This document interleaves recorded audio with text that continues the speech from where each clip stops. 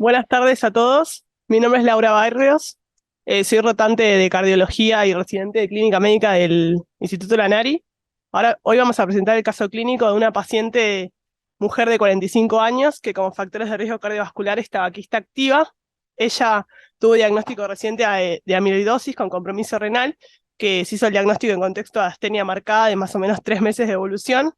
En estudio se constató proteinuria en rango no nefrótico y cadenas livianas libres altas a predominio lambda de 216 mililitros litro, con una relación de 0,05.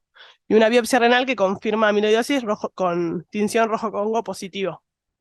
Y se sospechaba que pueda tener compromiso cardíaco. Ella no toma medicación habitual y consultó por un cuadro de malestar general y marcada astenia de varios días de evolución y asociada a disnea en clase funcional 2-3, sin angor, disnea paroxística nocturna y ortopnea, y el interrogatorio dirigido refiere a presentar síntomas hace aproximadamente un año. Esta es la radiografía de TRAX de ingreso. Llegó con hipotensión arterial con 80-50 de TA, 100 latidos por minuto, saturando 96% de aire ambiente, con buena entrada de aire bilateral, sin edemas periféricos y sin soplos. Un laboratorio con función renal normal, un ProBNP elevado de 4.900 y una troponina de 43, con proteinuria de 3 cruces. Un electrocardiograma que está en ritmo sinusal y como particularidad tiene microvoltaje en las derivaciones frontales y signos de agrandamiento auricular, más que nada en D2, y imagen de pseudoinfarto anterior con QM1, B2 y B3. El ecocardiograma transtorácico.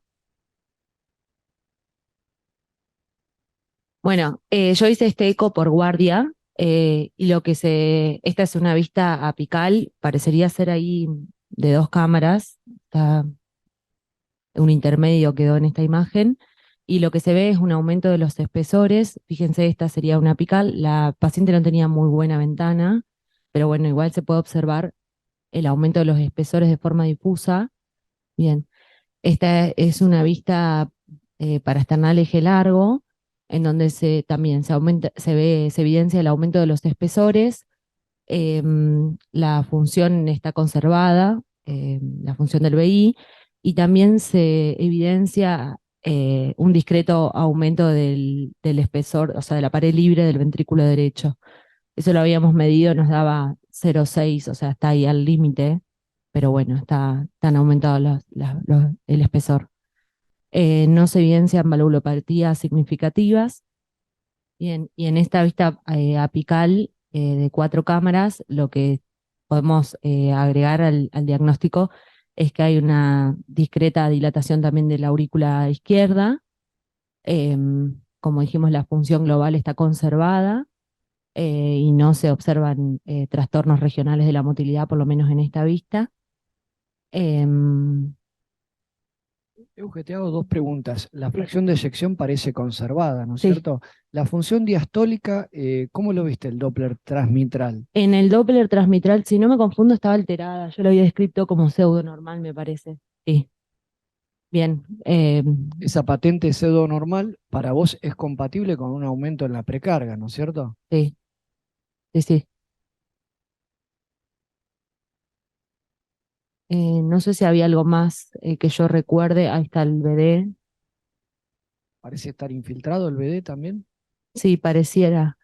Em, Igual es más claro el moteado a nivel del ventrículo izquierdo. Obviamente eso es más notable por el espesor también que es mayor.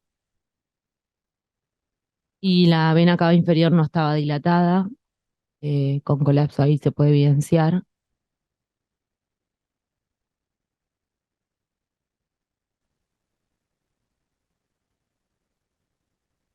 No sé si hay algo más. No sé si hasta acá alguien quiere hacer alguna consideración del caso. Ahí se Nos ve más acompañan claro el aumento de los espesores. médicas del grupo de amiloidosis, están los nefrólogos también, el doctor Varela, Diego Pérez. ¿Alguien quiere hacer algún comentario hasta ahora del caso?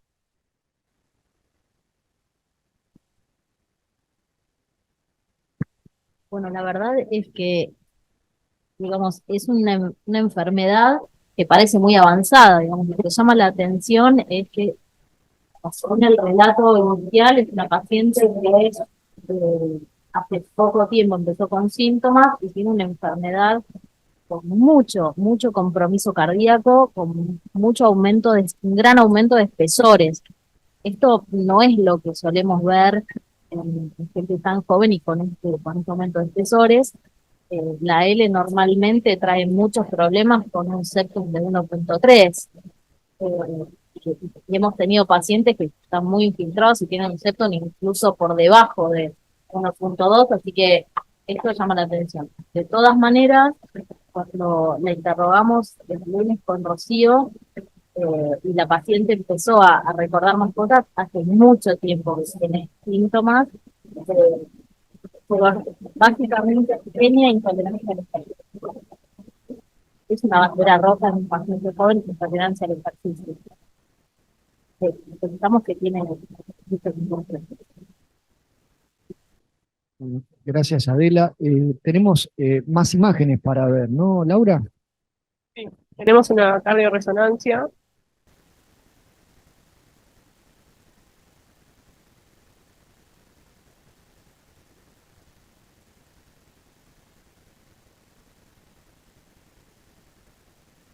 Acá están las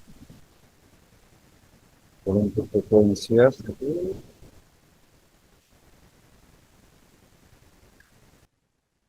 Bueno, entonces acá se ve, digamos, tenemos un ventrículo bastante engrosado, 16, la cara anterior basal y el septum basal, nos daba 16, o sea que bastante engrosado. Y tenemos una función sistólica conservada, 62 de fracción de eyección, buena función del ventrículo derecho, Diego, ambas aurículas perdón, ¿se aumentan. podrá agrandar, Diego, para ver bien ese cine? Sí, Está buenísimo ese 4 cámaras. Gracias. ahí está. Entonces se ve que el incremento de los espesores, algo asimétrico, ¿no? A predominio algo del septum, ¿no? Sobre todo basal y medial.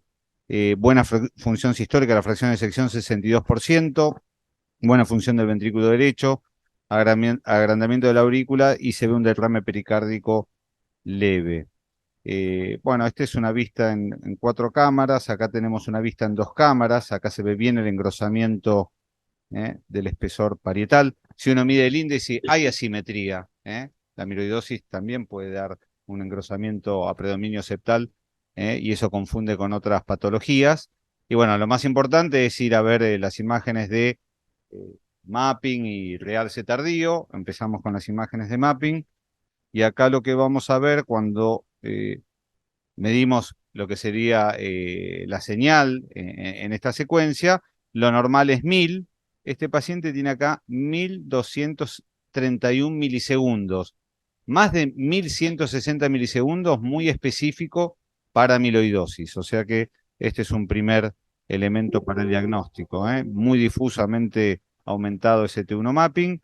Y después cuando vamos a ver las imágenes del realce tardío, vemos la anulación del pulso sanguíneo, un realce transmural subendocárdico, ¿no? Sectores transmurales. Cuando es transmural eso habla de muy mal pronóstico. Y bueno, con un compromiso también de ambas aurículas, las válvulas auriculoventriculares. Vamos a ver otras secuencias. Acá este es un eje largo en 2 cámaras, mucho compromiso, mucho realce, anulación del pulso sanguíneo. Vamos a ver un eje corto, a ver, un eje corto, perdón. Diego, perdón, ¿podrías explicar qué es para vos la anulación del pool sanguíneo y qué La, valor tiene en esta patología? la anulación del pulso sanguíneo se produce, el material amiloide aumenta el espacio extracelular. El gadolinio va al espacio extracelular, no entra dentro de las células, del espacio intracelular. Cuando el espacio extracelular está aumentado, expandido, ese gadolinio es retenido por todo ese amiloide.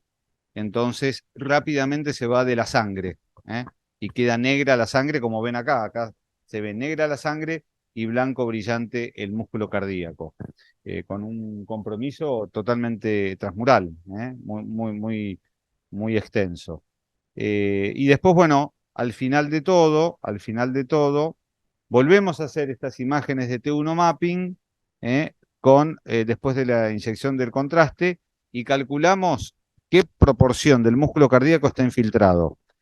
por el material amiloide. Y en esta paciente va 56, es decir, el 56% de la masa del miocardio es espacio extracelular. Lo normal es 25, en ella duplica. O sea que el compromiso que tiene de infiltración amiloide es muy extenso, duplicando el espacio extracelular de un músculo cardíaco normal. Y bueno, todo este aumento de los espesores no se debe a hipertrofia, sino se debe digamos, a infiltración por el tejido amiloide, ¿no? Pero bueno, en este caso se ve muy bien. ¿Para vos está infiltrado el BD, Diego? El ¿También? BD también, sí, el BD también. El BD también. Lo podemos. Está todo blanco. Todo lo que ves, ¿ves? Acá se ve. El BD está blanco, ¿no? Obviamente que no repercute sobre la función sistólica. Primero lo que va a afectar es la función de fibra, eso lo vemos con el strain. Cae el strain. Esta mujer no se hizo un strain, creo que por mala ventana. Pero primero va a caer el strain, posteriormente va a caer la función de cámara, ¿eh? Pero eso es algo más tardío, ¿eh? Y después, bueno, siempre cuando una L hay caída de la fracción de eyección, el pronóstico es muy malo. Por suerte esta mujer todavía tiene, si bien tiene mucho compromiso, la función de cámara está preservada. Ese es un elemento a favor. Bueno, muchas gracias, Diego. Fede Varela, ¿cómo, digamos, cómo lo clasifican ustedes el compromiso renal en esta paciente? No, no tenemos una cuantificación específica. Yo diría que el riñón tiene dos variables. Una es el volumen de proteinuria y otra es el filtrado. La proteinuria tiene una proteinuria que nos permitió tener diagnóstico, no llega a tener rango nefrótico y después en una cuestión de cantidad va asumiendo proteinurias mayores que en líneas generales se vinculan con depósito mayor. Lo que se hace a veces irreversible es discutible, pero se hace irreversible es la caída de filtrado. Y en la amiloidosis la caída de filtrado pasa por ocupación de la masa amiloide. Desde un punto de vista nuestro tiene poca proteinuria, no tiene una proteinuria de rango nefrótico, no tiene un síndrome nefrótico clínico y tiene 0,6 de creatinina. No obstante, la biopsia fue muy contundente, tiene amiloide, tenemos el tejido ese bien teñido, tiene este diagnóstico. Desde un punto de vista renal, no tendría que reemplazar en el próximo tiempo y si ella fuese pasible de un tratamiento, de recibir el tratamiento farmacológico, nos pondríamos a pensar cuánto remite esa proteinuria o no, sin terminar de afectar el filtrado. Fede, dicho de otra forma, ¿vos dirías que tiene más compromiso cardíaco que renal? ¿Sería así para vos? Totalmente, totalmente. En el riñón tiene es imposible decir para atrás, pero tiene relativamente poco tiempo de enfermedad. Ella cuando te contaba, como decía recién Adela, 6 meses de síntomas y nos pareció eso. Es mucha más la afectación del corazón que la del riñón en el caso de esta chica. Que cuando fuimos con Adela a interrogarla, ella nos pasó los estudios que se había hecho el año pasado por estos controles porque venía sintiéndose rara, no sabía especificarlo, y en mayo del año pasado el electrocardiograma no es exactamente igual, pero tiene signos sugestivos de, bueno, microvoltaje y pseudoinfarto, ¿no? Con lo cual, por lo menos un año, el compromiso cardíaco tiene. Acá, antes de seguir con la presentación, hay una pregunta del chat para vos, Diego, ¿no? ¿Hay diferencias en la resonancia cardíaca entre TTR y AL? ¿Qué dirías vos? Hay diferencias, pero no es una técnica ni el eco ni la resonancia para diferenciar TTR de amiloidosis AL. La única técnica que permite diferenciar eso es el centellograma. Uno que ve en un paciente con una amiloidosis AL, bueno, en general, comparado con el TTR, los TTR tienen más compromiso, espesores mayores, más compromiso del septum interauricular, la masa aumentada es una enfermedad que lleva mucho más tiempo de evolución y por lo tanto el grado de infiltración es mayor. Esta mujer que tiene mucha infiltración, la masa ventricular es normal en el borde inferior de lo normal, o sea que todavía no le ha aumentado la masa, los volúmenes son chicos, Y los espesores están aumentados, pero no es lo que uno puede ver en una TTR, que hay 18, 20, 22. Así que uno lo que ve es menos grados de infiltración con más compromiso de la función sistólica. Esa sería la descripción más clásica de la amiloidosis AL. Y la TTR todo mucho más avanzado. Y es al revés. El pronóstico es mejor de la TTR que la L, porque como es una enfermedad más lenta, infiltra durante más tiempo el corazón, y en el momento que uno hace el diagnóstico quizás el corazón está más infiltrado, pero la evolución de la enfermedad es más lenta, así que nos da tiempo. Esta enfermedad, la L, es muy agresiva, va a evolucionar rápidamente, y esta mujer si va con un año de tiempo, digamos, eso está bien tabulado, ¿no? Cuanto más tardamos en diagnosticarla, peor es el pronóstico. Y hay una línea que diferencia bastante, más de 12 meses, un paciente con muy mal pronóstico. Y esta mujer lleva más de 12 meses. Una pregunta clínica para Adela y para Elsa. Esta mujer tiene 45 años y para una TTR senil sería muy prematuro, algo tal vez ilógico. La TTR genética, más o menos, ¿cuál es la edad media de presentación, de diagnóstico? Primero, la TTR senil tiene una relación hombre-mujer de 9:1, de manera que mujer con TTR senil es muy raro y no a esta edad. Con respecto a las hereditarias variantes, y va a depender un poco del tipo de mutación que tengan, y además hay alguna forma en la mutación más común, que es la valina 50 metionina, de comienzo tardío. Pero si pensáramos en una TTR variante, podría llegar a ser. Lo que pasa que es mucho más raro. Y bueno, en general esos pacientes tienen alguna historia familiar que nos acerca, sí la sabemos preguntar, ¿no? Pero por eso creo que la L se impone en el diagnóstico presuntivo.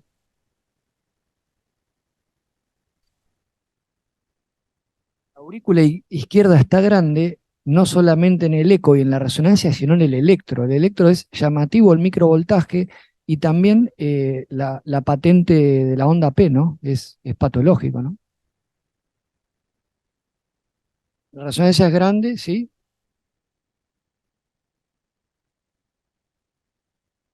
Es una paciente que tiene casi 5.000 de BNP con 45 años y una creatinina normal.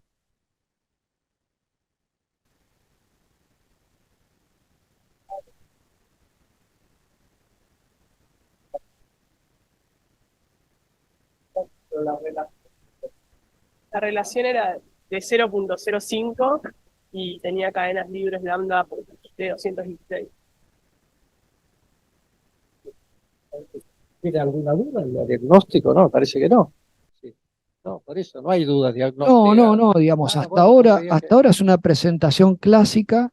El diagnóstico, digamos, de cadenas y de la biopsia es de afuera, eso no se hizo en el hospital, y es una paciente derivada justamente para todo lo que estamos discutiendo y lo que va a venir, ¿no?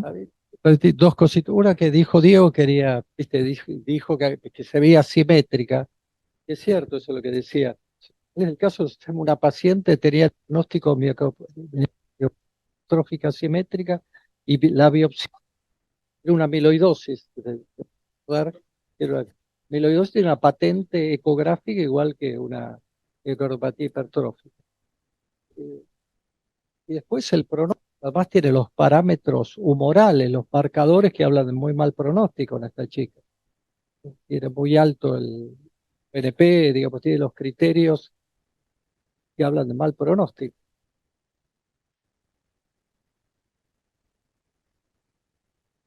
Ahí hay una pregunta y es si la paciente tiene indicación de anticoagulación profiláctica, ¿no? Hay que destacar que no tuvo ningún evento cardioembólico y la paciente está en ritmo sinusal. No sé si alguien quiere contestarlo. Diego. Digamos, lo que nosotros sabemos es que hay publicaciones de casos serios, no con seguimiento, de que los pacientes con amiloidosis tienen prevalencia alta de trombos en la aurícula izquierda, aún con ritmo sinusal, pero no hay incidencia porque son estudios de corte transversal. Nosotros digamos, mandamos un trabajo al europeo a ver si lo aceptan. Lo que detectamos es que los pacientes AL en el primer año tienen más tasa de eventos embólicos que los TTR. Hay una tasa mayor, y después, con el tiempo, después del primer año, se estabiliza, se iguala esa incidencia. Eso está bien descrito cuando uno empieza el tratamiento, después de cuando uno, digamos, el tratamiento de la L estabiliza la enfermedad, la tasa de eventos baja. Obviamente que son los pacientes que sobreviven y que tienen buena respuesta al tratamiento. Pero inicialmente en los pacientes con amiloidosis, eh, digamos, con AL, hay más tasa de eventos, y nosotros lo que pensamos, que con la observación que hicimos, es que creemos que hay una mayor tasa de eventos embólicos inicial que después disminuye con el tiempo, en comparación con los pacientes con TTR. Pero igual no hay datos en ningún lado de la literatura de incidencia de eventos en la amiloidosis. Lo que está descrito es prevalencia alta de trombos, aún con ritmo sinusal. ¿Qué se discute? Que, por ejemplo, en pacientes que tienen fibrilación auricular, independientemente del CHATS, VASC, hay que anticoagularlo con la amiloidosis. Que haya una indicación de anticoagulación sin fibrilación auricular, eso no hay evidencia.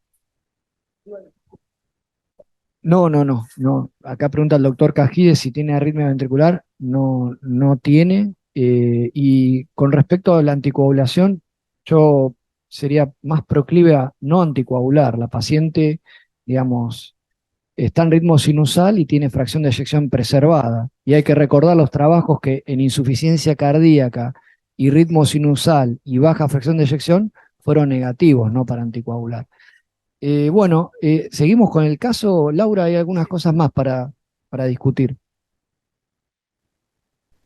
Bueno, la paciente se implantó en unidad coronaria para estudiar la miocardiopatía de balance negativo, al cual respondió muy bien, y se realizó en el día de ayer una PAMO para definir el tratamiento específico. Después, un comentario sobre un estudio reciente del 2021 que se publicó en New England, que comparó el daratumumab, que es un monoclonal anti-CD38, que está, el target son las células plasmáticas productoras de la amiloide, que era la terapia estándar para amiloidosis AL con ciclofosfamida, bortezomib y dexametasona, versus el mismo esquema asociado al monoclonal que era daratumumab.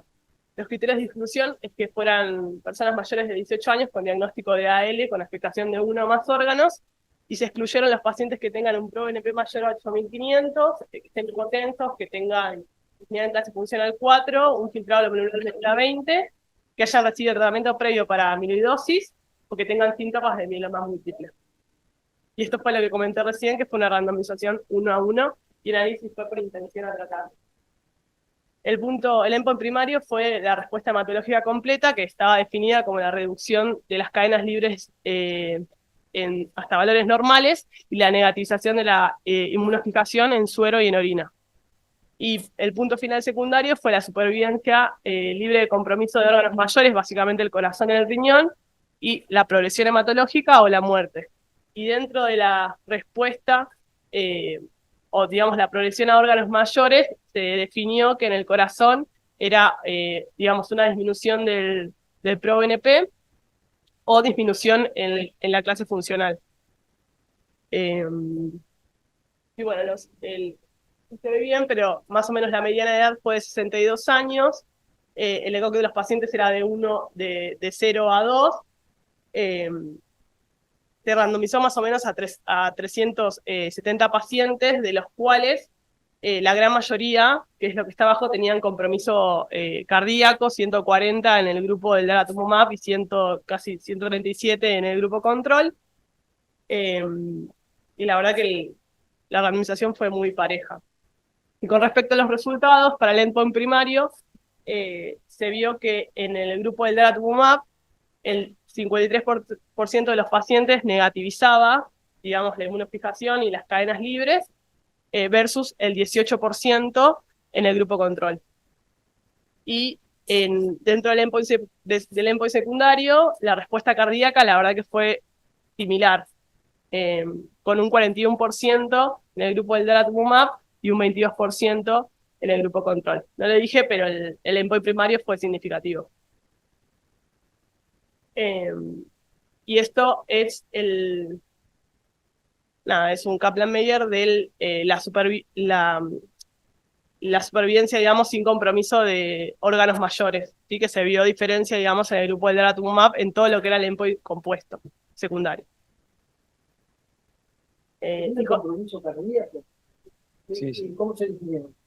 El compromiso cardíaco era según la clasificación de Mayo, que era en estadio 1, 2 y 3, los pacientes también se randomizaron en subgrupos y era si tenían compromiso, digamos, de biomarcadores, o sea, evidencia, digamos, de la amiloidosis cardíaca con compromiso de troponinas o ProBNP.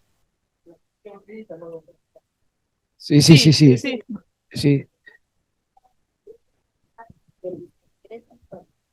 Los pacientes con clase funcional 3B o 4 no ingresaban al ensayo.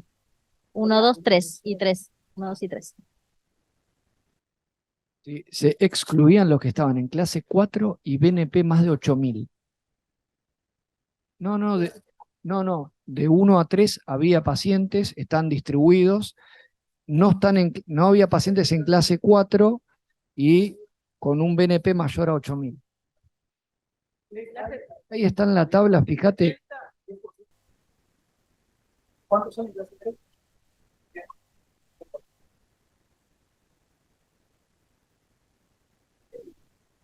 Y con respecto al perfil de efectos adversos, la verdad que lo más frecuente de ver fue la linfopenia y la neumonía, pero no fue significativa la diferencia en ninguno de los dos grupos. Y el seguimiento fue de 6 meses a 24 meses. Y después nada más. Bueno, a mí me surgen dos preguntas, dos comentarios para Adela y para Elsa. Primero, si nuestro paciente se asemeja a los pacientes de este estudio. Y lo segundo es si uno necesita un marcador adicional. Muchas veces en enfermedades oncológicas uno ve que el paciente es candidato a recibir una droga si hay un marcador que es positivo, ¿no? Esto de la medicina de precisión. ¿Cómo es en este caso? Si bien no hay pacientes en el ensayo en clase funcional 4, esta medicación está aprobada para pacientes en clase funcional 4 y de hecho la siguiente generación de medicamentos, que es el Birtamimab, por ejemplo, que son anticuerpos monoclonales contra el amiloide depositado, que es para pacientes en estadio 4, exige que los pacientes hayan hecho como standard of care Cyborg-Dara, o sea que este es el standard of care para todas las clases funcionales. Yo creo que en estos pacientes lo que nosotros miramos, a ver, no sé si Elsa piensa distinto, es la fragilidad del paciente para ver si está en condiciones de recibir tratamiento o no. Es un marcador que, digamos, es bastante clínico, si bien todavía se necesitan marcadores de fragilidad específicos para amiloidosis, porque tiene marcadores que indican un pronóstico no muy bueno. Igual no tiene un ProBNP tan alto como para sacarla, por ejemplo, de trasplante de médula en este momento. ¿Sí? Tienen 4000 de ProBNP, que para el score de Mayo, para entrar, por ejemplo, a trasplante de médula, no es tan malo. Pero sí nosotros miramos mucho más allá de la fragilidad clínica. Por ejemplo, este mismo paciente, pero de 90 años o de 85 años con deterioro cognitivo o con diabetes o caída de filtrado, uno quizás iría por el esquema tradicional de Cyborg o incluso por algún otro esquema menos desafiante. No sé si él saquó totalmente de acuerdo. En clase 3 y 4 también está la indicación de esta droga, pero la pregunta es, en pacientes en clase 3-4, ¿esta droga es capaz de evitar una progresión de la enfermedad que solo es evitable muchas veces con el trasplante cardíaco? O sea, en clase 1 y 2 no hay duda, pareciera, pero en clases más avanzadas de insuficiencia cardíaca la pregunta es, ¿cuál es el pronóstico con este tratamiento? Y si ese pronóstico no puede ser manejado con otra intervención. Lo que yo creo que lo que no podemos dar es una receta. Este trabajo fue hecho con daratumumab subcutáneo. Daratumumab subcutáneo no significa un esfuerzo agudo al corazón por la administración de líquidos. Nosotros no tenemos todavía daratumumab subcutáneo, de manera que creo que lo que funciona es el equipo. Yo no le haría esto a un paciente en una sala de hospital, pero sí en la unidad coronaria, controlado, y dividida en 2 dosis, un día y al día siguiente, mitad y mitad, para evitar la sobrecarga, porque si no, en un intento de curarla, la matamos. Por otro lado, con el hecho de que a lo mejor hay que dejarles diuréticos de manera intensiva, pero creo que eso es lo importante, porque el esquema, porque no lo conocen, de Cyber, originalmente tiene 40 miligramos de dexametasona oral. Es imposible para esta paciente.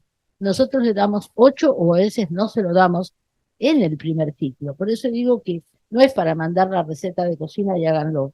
Es para decir, bueno, ¿qué grupo lo va a hacer? ¿Qué criterios tienen? Y hay que hacerlo con mucho cuidado y a lo mejor no hay que respetar los tiempos. Cuando se puede, se hace.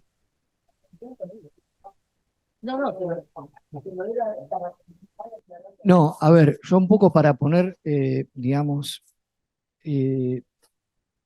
hablar un poco más del componente cardíaco, ¿no? No hay duda de que tiene compromiso cardíaco, ¿sí? Ya lo mostró Diego, digamos, todas las variables que se ven en la resonancia están afectadas, el BNP está elevado, el electrocardiograma tiene microvoltaje y la paciente tiene síntomas. Está limitada, tiene tos nocturno, tiene algo de disnea, tiene un BNP casi de 5000, compromiso cardíaco tiene. A mí me parece que recién ahora está entrando más bien en la fase clínica de la enfermedad, en el síndrome clínico de insuficiencia cardíaca.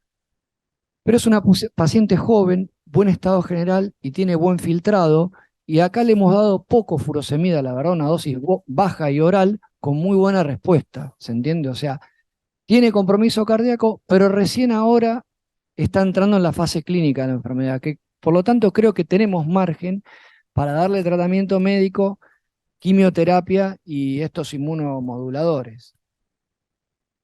Una pregunta. Después le dieron diuréticos, hizo balance negativo. ¿Sigue en clase 4 la paciente o ahora? La paciente se internó ahora, o sea, la estamos conociendo recién ahora, o sea que todo lo que presentamos es lo que conocemos, o sea, ahora está hospitalizada, está con, creo que tiene una furosemida día nada más, y con eso orinó como 4 litros, mejoró la placa, se siente mejor. O sea, mejor, o sea, cuando uno puede pensar que cuando la señora se levante, la próxima vez que se levante la cama, ya no esté en clase 4 y esté en clase 2 o clase 3. Probablemente, probablemente. A ver.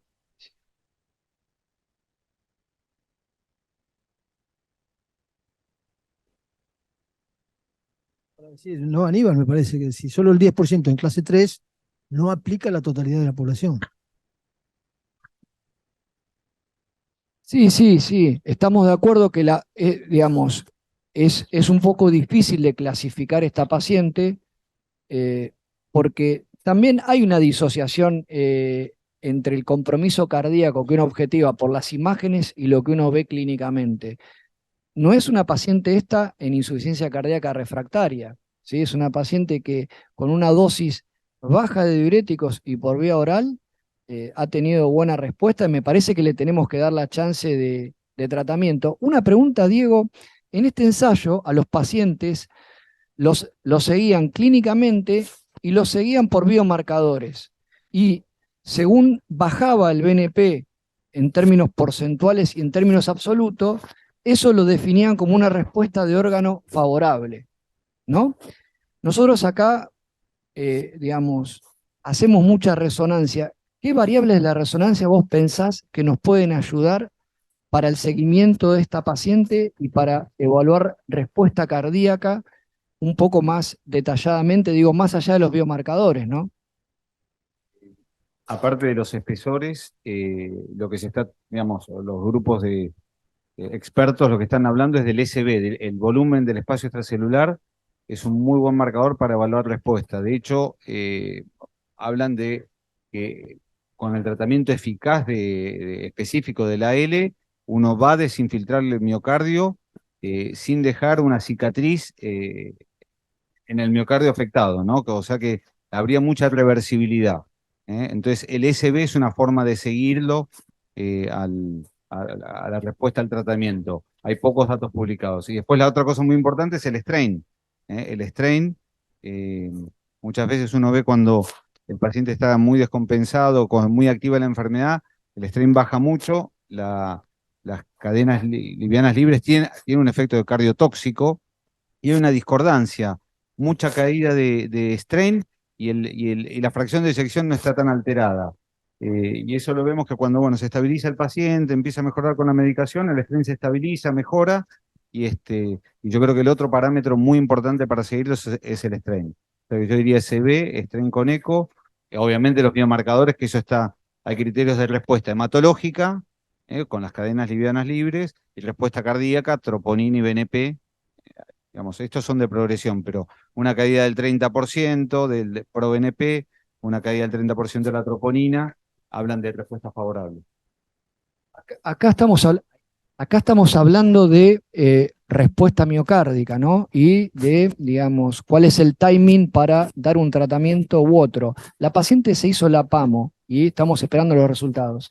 Yo les pregunto a Adela y a Elsa, digamos, si los marcadores que esperamos, algunos de ellos y cuáles tienen valor pronóstico o nos pueden orientar desde el punto de vista terapéutico.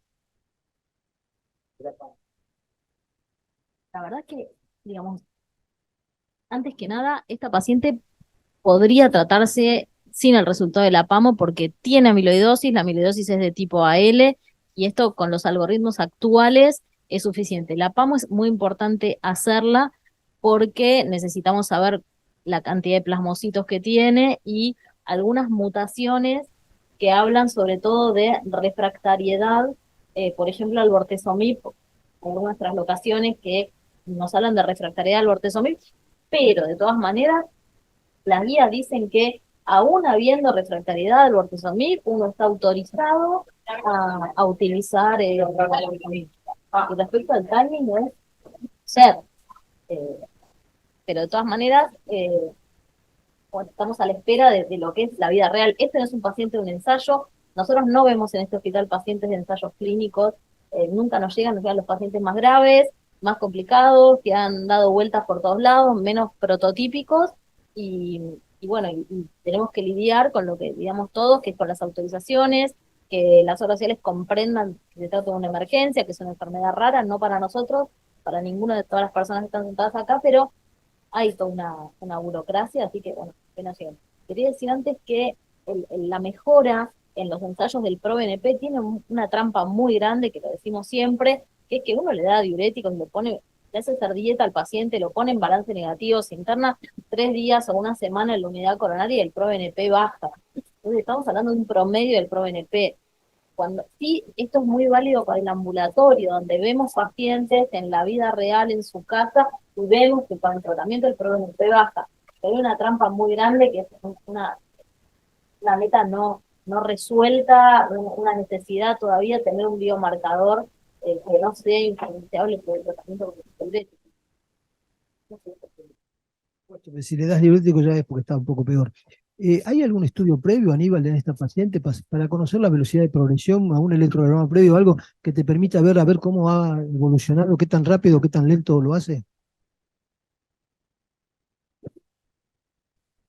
Sí, la paciente se atiende en otra institución y apareció por ahí un electro de mayo del año pasado, donde ya tenía el voltaje disminuido.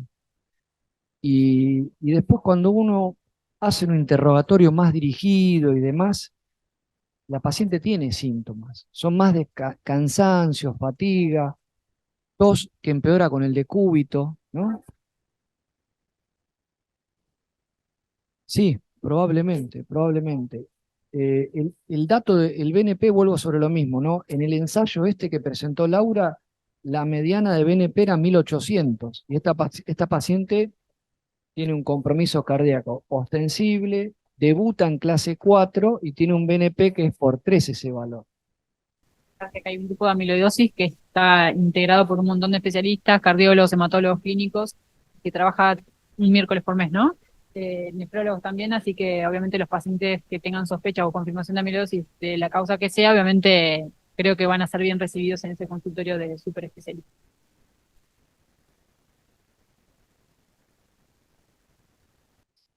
No, César, una cosa, digamos, en relación a si tiene, digamos, este paciente está para trasplante cardíaco, eso es siempre una decisión. César, si está en relación para trasplante cardíaco, es una decisión que, bueno, cada centro tiene que tomar sus criterios para definir, bueno, este paciente tiene una insuficiencia cardíaca refractaria, no va a tolerar el tratamiento específico de la amiloidosis, entonces uno va a una estrategia, hacer un trasplante y después hacer el tratamiento específico de la enfermedad. ¿Vos qué te parece con los elementos que ves? Si te parece que está para intentar el tratamiento o uno se tiene que plantear un trasplante o evaluación pretrasplante. Parece obviamente que inicialmente hay que probar la terapéutica. Igualmente parece que el paciente está alejado de lo que es el trial que mostraron, ¿eh? Es un paciente distinto. Así que bueno, creo que de los marcadores, como decía recién María Adela, el PRO-BNP no nos va a servir. El espesor no creo que varíe en poco tiempo, porque lo hemos visto que no va a variar. Quizás la resonancia, yo no tengo experiencia, pero ver si la medición del espacio extracelular eso aumente, disminuye, nos podría ayudar. Pero creo que lo más importante es la vigilancia clínica. Si a pesar del tratamiento el paciente mantiene sintomático, no hay que pensar, más siendo una paciente joven, pensar antes que se dañe más el riñón, que no generaría otro problema, ¿no? Pero creo que la opción inicial es el tratamiento.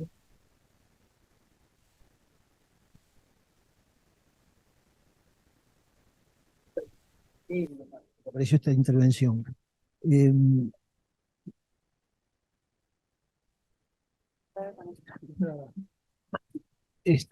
la tasa de pacientes que necesitaron, a pesar del tratamiento del trasplante cardíaco, ¿vos tenés alguna información de eso?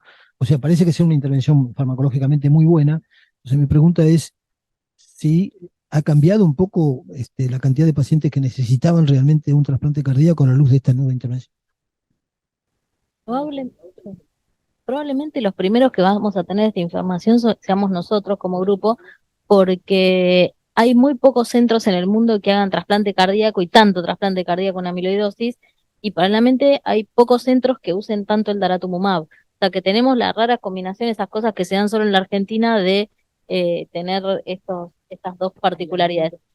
Da la sensación de que vamos a necesitar menos, y de hecho estamos teniendo menos trasplantes desde que apareció el daratumumab, esto cardíacos. También el mundo se está planteando en este momento, y hay grupos que discuten muy acaloradamente si hay que hacer trasplante de médula, ahora que apareció el daratumumab. Estas son cuestiones que las estamos escribiendo y las estamos transitando. Es la primera droga, el daratumumab, es la primera droga, el esquema cyber, porque no es solo el daratumumab, que demostró respuesta de órgano. Entonces, de ahí a decir que va a haber menos necesidad de trasplante cardíaco, creo que estamos lejos. Mi opinión personal es que probablemente este esquema retrase la necesidad de un trasplante cardíaco y uno pueda trasplantar al paciente en una condición clínica mucho mejor y más estable. Esto es mi opinión, nada más.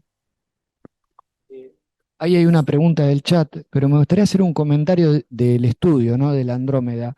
Algo que me llamó la atención y que define obviamente la agresividad que tiene esta enfermedad, es que en el grupo control, en el grupo que no recibe daratumumab, la respuesta hematológica completa se vio en el 18%. O sea, son pacientes que están tratados con 3 drogas y solo 18% tiene respuesta hematológica, ¿no? O sea, que es una enfermedad muy agresiva.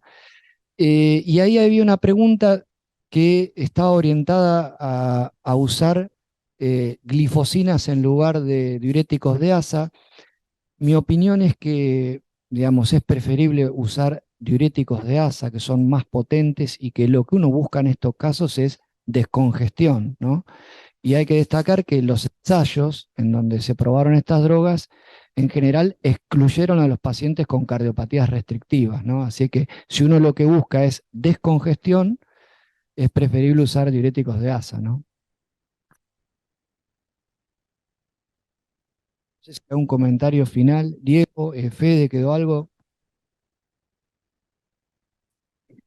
Nosotros utilizamos glifosinas, le empezamos a utilizar sobre todo cuando la dosis de tratamiento diurético es inmanejable o es muy elevada.